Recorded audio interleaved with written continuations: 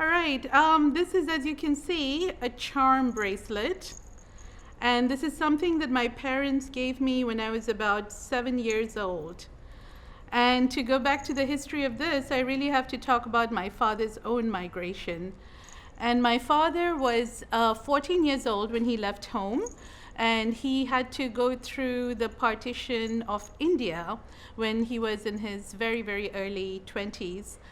And one of the things that made my family very different from the others in the family, the relatives especially, is that my father left home at 14 and he studied a great deal, and he managed to get his bachelor's and his master's at a time when such things were not very common.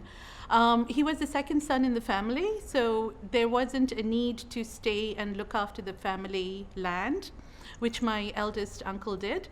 So I sort of grew up with this sense that if you study, and the things that really make it possible are books, once you have knowledge, then things come to you.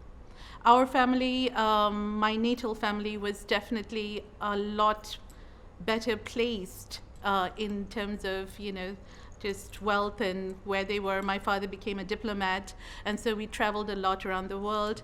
And I could just see that, just the fact that he had pushed himself from the age of 14 and then made this difficult trek from what is now Bangladesh to India. And he had continued to study despite everything that had gone on, made me realize that migration, although it has its problems and its traumas, can ultimately lead to the good of the next generation in a very substantial way.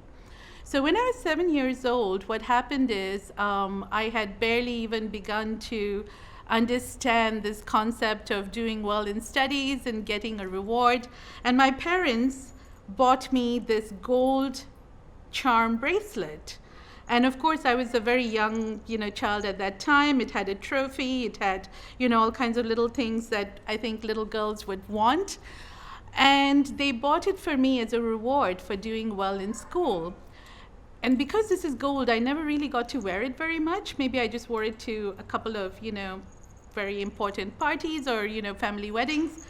But it was always mine. And I sort of knew that studying kind of was connected to getting rewards, and books were always a good thing.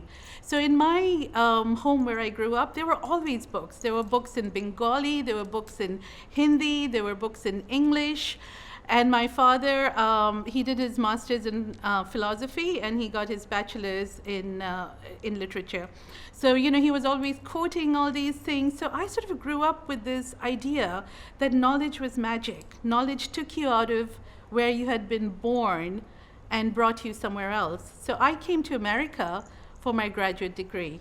So I came to Texas to study for a PhD in sociolinguistics. And I think it all started not with my story really, but with my father's.